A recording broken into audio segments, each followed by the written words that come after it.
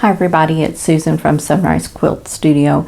Today I'm making another quilt project. This one is a pinwheel quilt, and I'm making this with a layer cake. It's Tango by Kate Spain, and this fabric has a lot of large prints in it, very large prints, and they have big blotches of color in it. You know, the motifs, the big motifs have different colors in it, which they're very pretty, but I have found that they were a bit difficult to work with as far as making small pieces and getting the contrast that I want. I want to show you a couple of blocks here.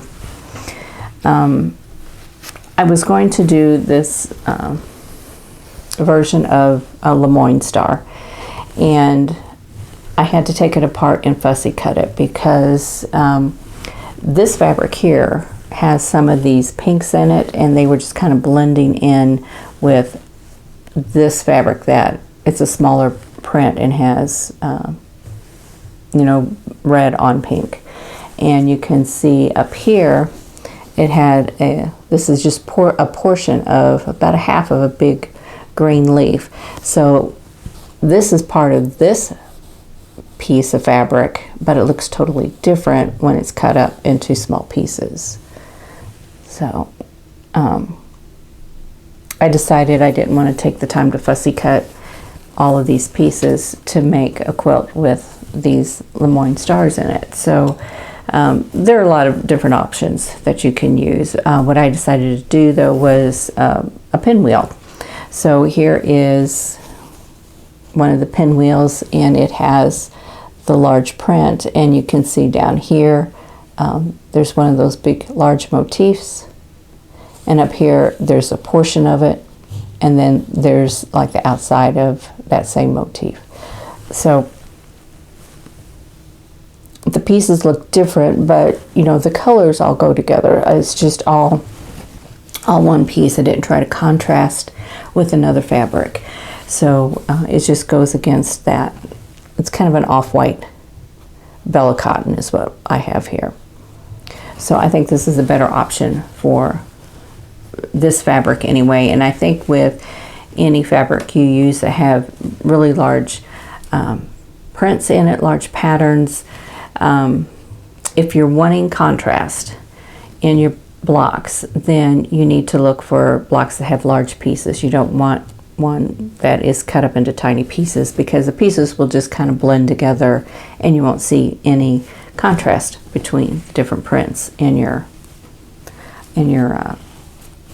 quilt block. And here's another one. I did this 4-pointed star, 2 different fabrics. You can tell these two are the same. These are the same fabrics that are in this block.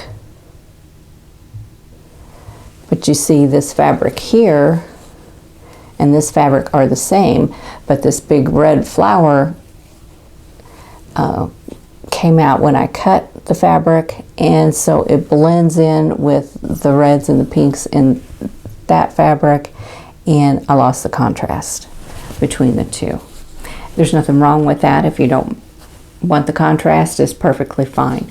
But the point of doing this block for me was to have some contrast, and there just isn't enough for me. So a pinwheel worked really good. Now the Diamonds and Posy block quilt that I just did some videos on, that's another good pattern to use for prints that have large motifs in them. Or you could just use, you know, 5-inch squares. And when I was going through trying to figure out what to do, I wound up just cutting up these 10-inch squares into 5-inch squares.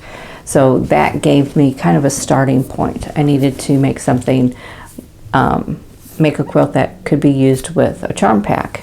So when you cut up a layer cake into 5-inch squares, you have the equivalent of 4 charm packs, so you can get a good size quilt out of that.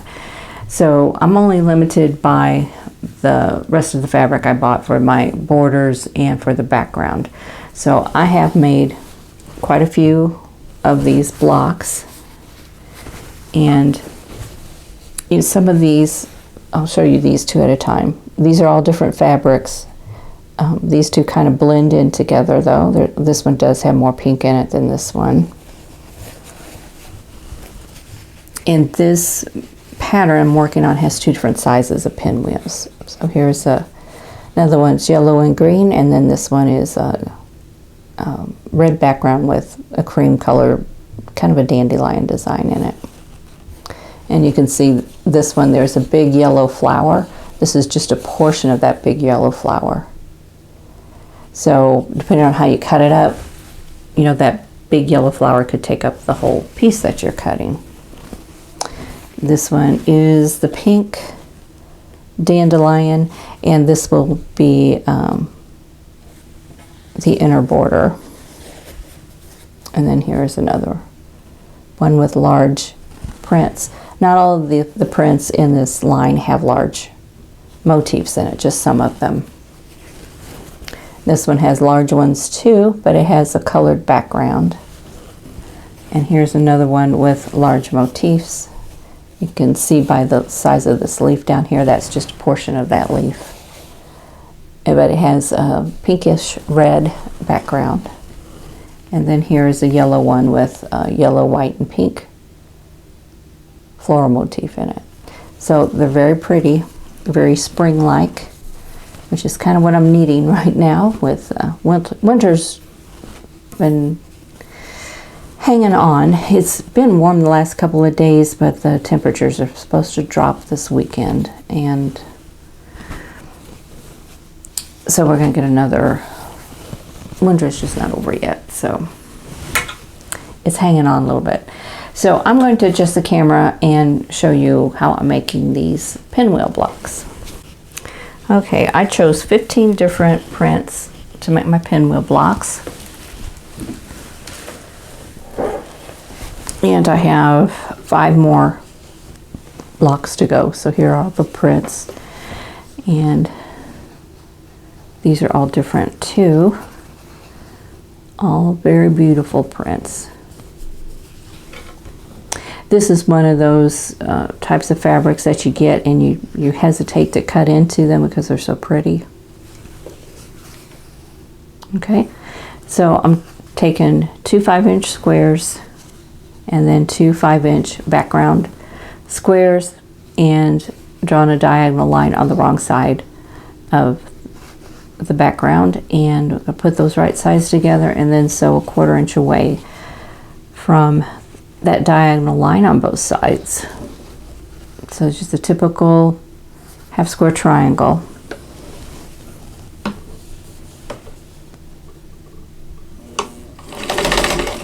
And this is a basic block, and I'm sure you all know how to do this.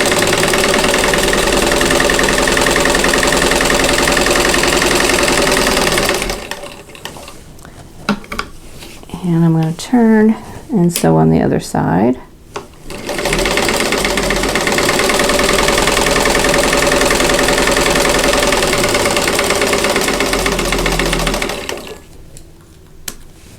And do the other piece.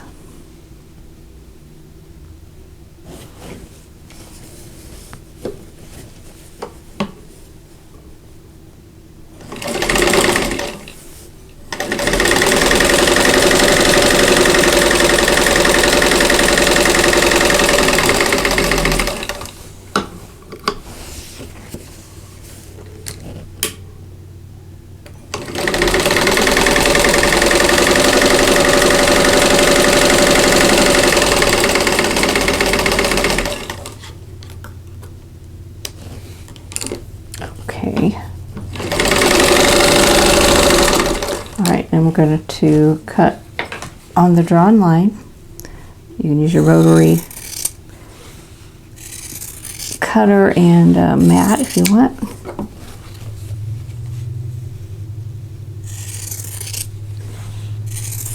But my scissors are handy, so I want to do that. Okay, now I'm going to press towards the print. So here is what this looks like. So I'm going to press towards the print away from the background, and then I'll sew these together into a pinwheel block. Okay, so I have all of the half square triangles, and now I just need to lay them out in the pinwheel fashion. Make sure I have everything pointed in the right direction. And then sew the top two pieces together, the bottom two pieces together, and then sew the two rows together. So I'm going to nest this diagonal seam here.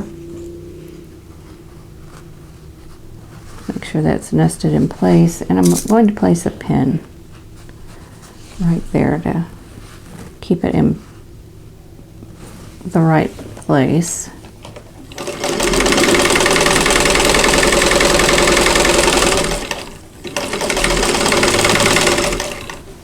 Okay, and on these two pieces, that diagonal seam is going to be at the top.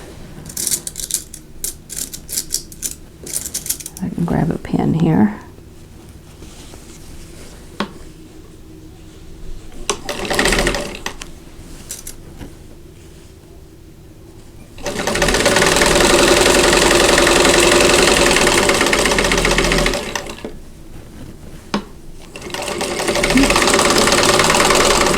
Okay, and let me press these two. Okay, so I've got those two like this. I'm going to turn them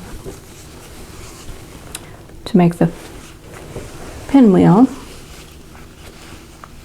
and then nest the center seam, pin it in place, and then sew these two together.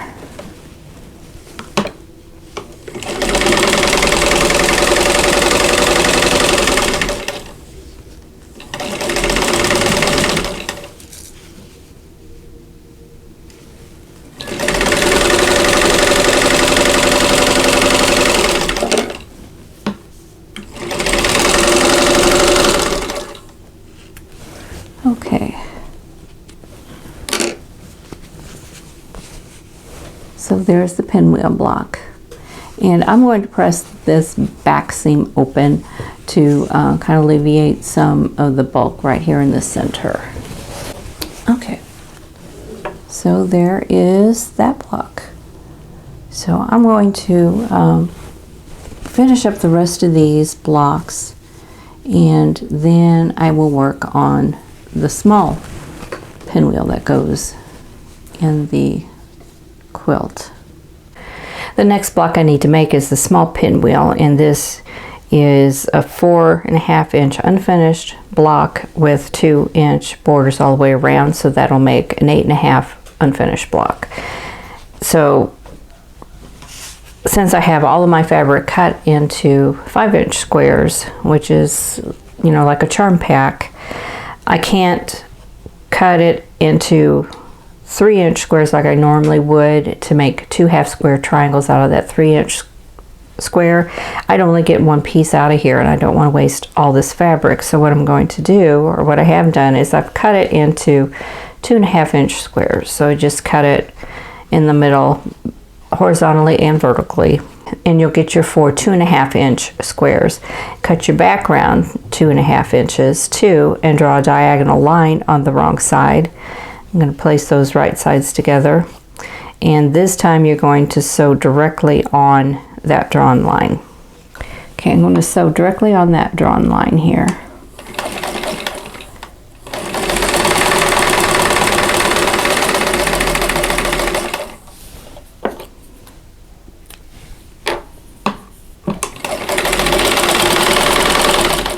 And now I'm going to trim off one side, so 1/4 inch away from the seam that I just sewed.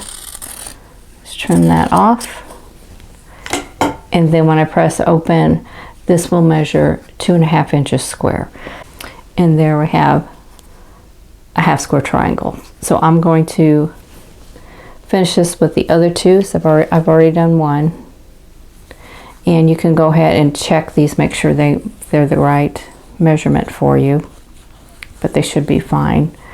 And then we're going to sew the borders on to make an 8-inch block.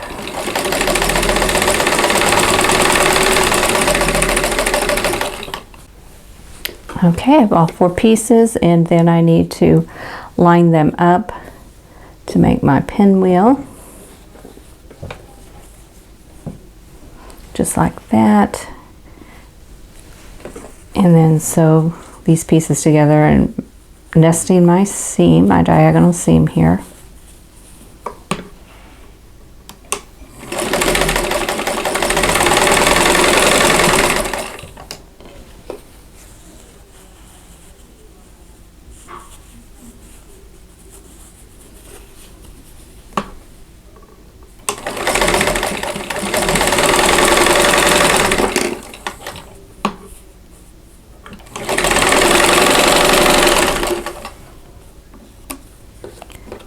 And then I'm going to press these open. Okay, I pressed the seams to the opposite direction, so we should be able to nest that together. And you can place a pin if you want, which I think I will do that. And then sew this seam. There we go.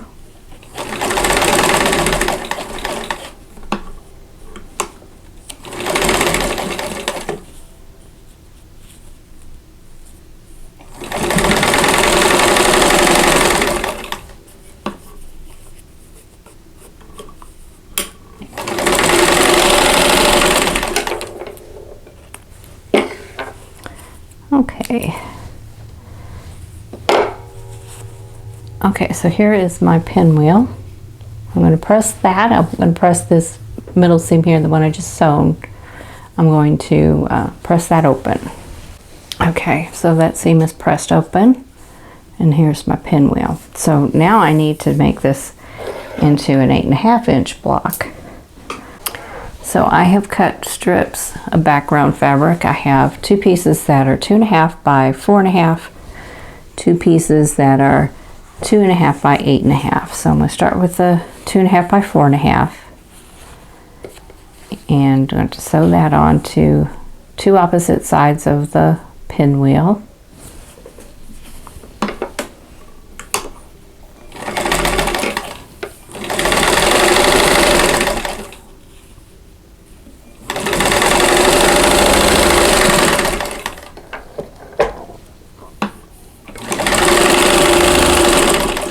I'm just going to flip that around and sew the other side.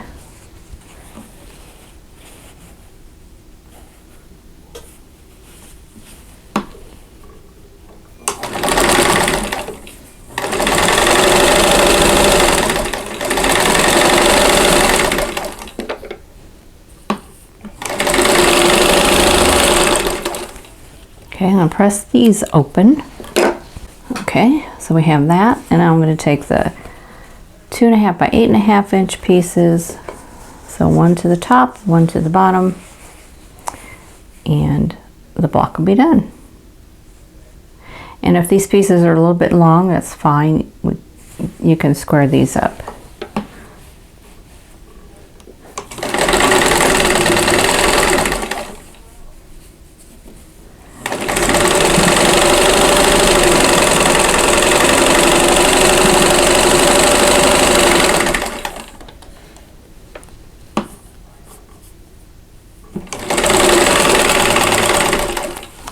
That piece is a little bit long, but that'll be all right. And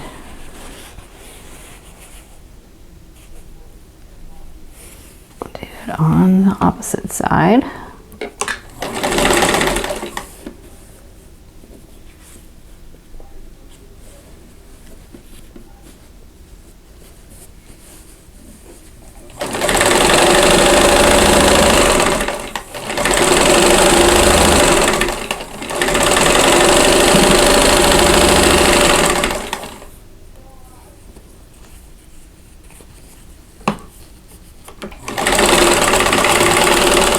Okay, I'm going to press these open and trim, and the block will be done. But here's a peek. There we go. That's better. There's a peek of that block, and I'm going to go ahead and press. Okay, there's a completed block. So those will go in line with the larger blocks. They should be the same size, and they are, so they will just be sewn together right next to each other, just like that. And they'll be alternating, so one row will start with a large pinwheel, and then the next row will start with a small one. So I'm going to go ahead and keep sewing. I still have 13 more of the small pinwheels to sew, and then I'll be ready to sew all the pinwheel blocks together to complete the top.